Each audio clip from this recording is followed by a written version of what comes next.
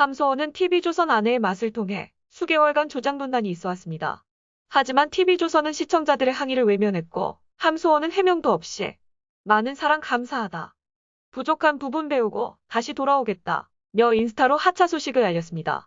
네티즌들은 갑작스런 하차 소식에 결백하면 해명을 해라. 평소 직설적이던 함소원답지 않다. 고 지적했지만 함소원은 댓글을 차단하고 논란에는 침묵했습니다. 하지만 논란은 눈덩이처럼 커져갔고 4월 8일 아내의 맛 제작진은 함소원과 관련해 입장을 밝혔습니다. 출연자의 재산이나 사적 영역에 대해서는 제작진이 사실 여부를 100% 확인하기엔 한계가 있다. 며 논란과 선을 그었습니다. 다만 함소원 씨와 관련된 일부 에피소드에 과장된 연출이 있음을 뒤늦게 파악하게 됐다. 방송의 신뢰를 훼손한 점에 전적으로 책임을 통감한다. 며 사과했습니다. 그러면서 제작진은 아내의 맛을 13일 시즌 종료하겠다고 발표했습니다. 이렇게 TV조선이 공식 입장을 낸 후 함소원은 인스타그램에 아내의 맛 제작진 입장을 캡처해 올리고 사과에 나섰습니다. 다음은 함소원의 사과문입니다. 잘못했습니다. 과장된 연출하에 촬영하였습니다. 여러분 제가 잘못했습니다. 변명하지 않겠습니다. 아내의 맛에 누가 되고 싶지 않았기에 잦은 하차 의사를 밝혔고 그럼에도 오늘과 같은 결과에 이른 것에 대해 진심으로 안타깝고 송구한 마음입니다. 시청자 여러분께 진심으로 배려드려 사과드립니다. 사과는 맞지만 해명은 없습니다. 이렇게 반쪽짜리 사과문을 내놓은 함소원이 그동안 방송을 통해 무슨 조작을 해온 것인지 다시 살펴보겠습니다. 첫째, 남편 진화의 정체입니다. 함소원의 시댁과 진화는 방송에서 재벌로 소개되었습니다. 남편이 가진 땅이 여의도의 30배라며 재력을 과시했고 묘덕을 가볍게 대하는 시부모님의 태도, 부동산 쇼핑을 다니는 모습으로 대륙의 스케일, 황금시댁이라 불렸습니다. 이에 대해 함소원이 재벌이라는 단어를 직접 사용하지 않았다고 주장하지만 네티즌들은 재벌이라는 말만 안 쓰면 되느냐. 방송으로 재벌 행세를 해왔다. 고 반박합니다. 이런 논란에 더해 진화의 정체가 의심을 받고 있습니다. 방송에서 보험회사 사고 접수 당시 진화라는 이름으로 조회가 안 됐고 딸의 병원 진료 시성이 취로 표기된 것을 보면 진화는 가명입니다. 심지어 의료회사 대표인 진화가 방송에서 업무 과정을 이해하지 못한 어색한 모습을 보였습니다. 또한 중국 소우닷컴은 남편 진화가 가수 지망생 출신으로 본명은 취자바오라고 보도했고 진화의 부친 역시 취씨라는 주장이 있습니다. 그동안 방송에서 보여준 함소원 시댁의 재력이 거짓말일 수 있는 증거들이 드러나고 있습니다. 둘째는 전남친의 정체입니다.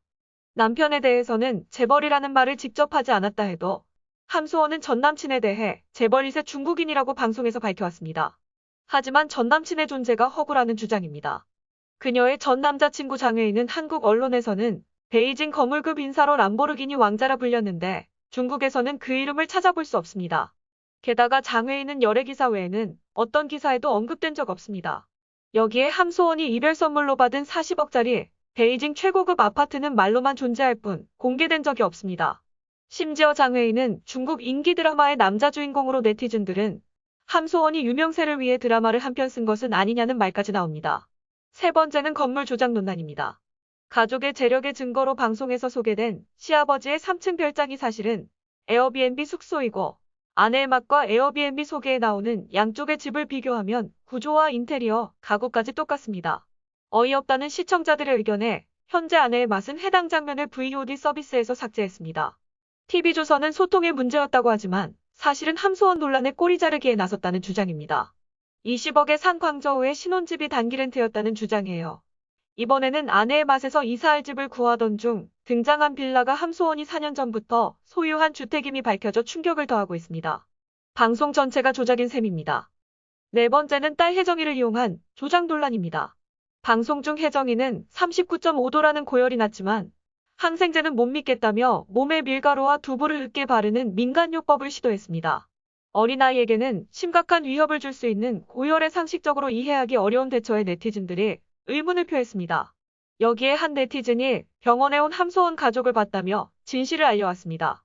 카메라가 여러 대 설치되어 있었고 대기자가 없는데도 아이를 지켜보기만 했으며 부모 동의만 받으면 우선 접수를 할 수 있는데도 방송 분량 때문인 건지 진화와 함소원은 신분증을 챙겨오지 않은 일로 티격태격하는 모습을 촬영했다고 증언했습니다. 그리고 혜정의 모습 또한 크게 아파 보이지 않았다고 덧붙여 이 글을 본 네티즌들은 아이를 이용해 방송을 하냐며 분노를 표했습니다. 이에 아무리 방송을 위해서라도 아이를 이용하는 TV조선이나 함소원 부부의 모습이 추하다며 날카로운 반응이 이어졌습니다. 리얼리티 예능이 어느 정도 대본에 의한 것임을 시청자들도 이해하지만 함소원 부부의 경우에는 방송에서 보여준 대부분이 거짓인 정황들이 발견되자 이 정도면 사기가 아니냐고 분통을 터뜨렸습니다.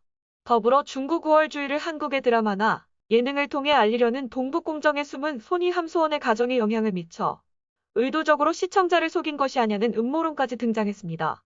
하지만 함소원은 조작논란에 해명할 가치도 없고 응원해주는 팬들만 보고 가겠다며 단호한 모습으로 대처했습니다.